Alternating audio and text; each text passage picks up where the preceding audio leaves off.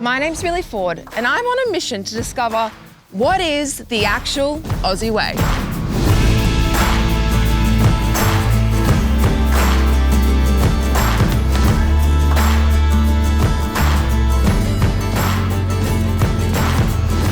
So my journey started up in Bacalla, where I met James Gilmore and learnt all about his sheep stud farming.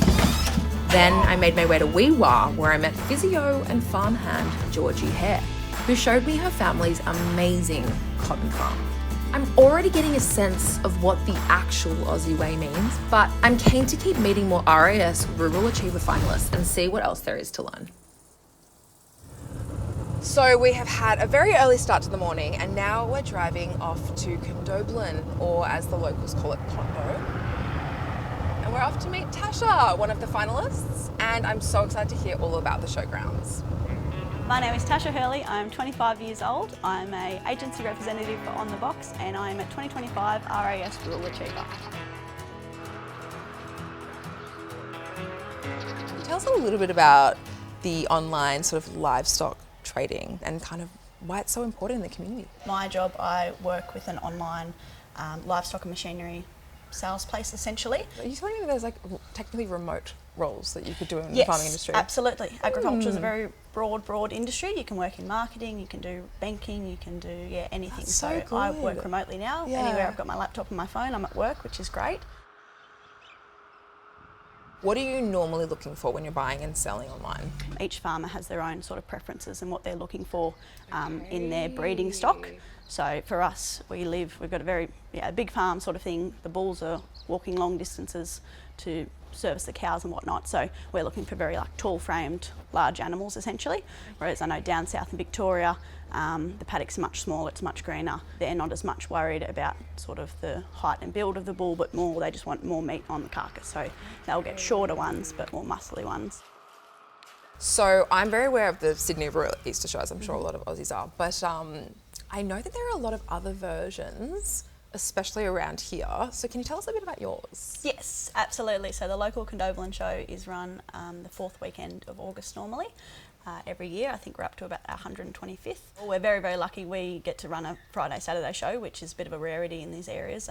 Obviously we've got the show rides and whatever else for all the kids, but it's mainly about the agriculture. So there's show jumping, we've got the cattle, the sheep, the speed shear, it's a farmyard nursery, the pavilion's filled with all sorts of produce, baking, arts and crafts, photography. Yeah, it really is just putting on display all the best things about a local community. Honestly, when people say there's nothing to do, I'm like, there's literally so much land here. Yeah. You could do whatever you wanted on. You could do exactly what you do at home, but here. Yeah, only boring people get bored. So there's plenty to do out here. You've just got to have a crack. Tasha's knowledge of show life didn't cease to amaze me. She knew every inch and every detail about the showgrounds. But there was something about Condo that I really wanted to check out. It was time for utes in a paddock. This is incredible, not what I was expecting at all. How long have these utes been here? They've been at this location for maybe 3 or 4 years now, but originally they were at Uther, which is just a little small settlement, sort of 15 k's away. Getting as much, I guess, appreciation as they could possibly when they were there because they were a bit off the track. So they got moved here when this information centre got built, and now, you'll drive past any time of day, any day of the week, and there's cars pulled up and there's people walking along. So they're definitely getting they're getting the attention they deserve now, which is lovely. I'm obsessed. If I lived here, this would be my claim to fame. Yes, absolutely. We had Shannon Earl, but I think this is giving it quite a good rival now. Yeah, actually, you know what? Like you're Shannon Earl's been robbed again. He has. Once again, he's second best. Poor thing.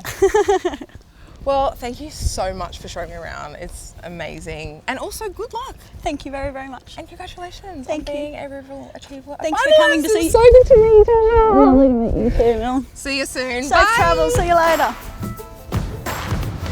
Okay, just wrapped up with Tasha, and that was hilarious. I can't believe all the what we saw at the end with the utes. But most importantly, it was so awesome to see her so passionate about what she does for the community with all the showgrounds and the livestock trading. And you can see there's just such a tight-knit community. But apparently I'm heading to Roy's farm where he's got some steel-capped boots for me, whatever that means. So let's see what I'm up to next.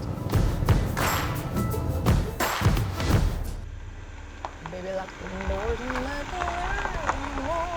We are here. Finally arrived at Red Bend and I'm here to see Roy. Actually, I think I'm late for the safety briefing.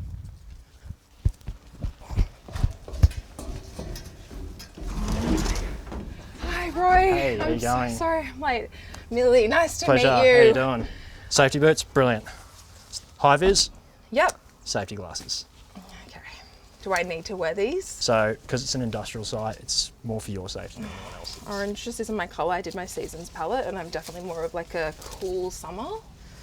That's all right, I'll do it. So I've got my PPE on, my pretty protective equipment. Yeah, never mind.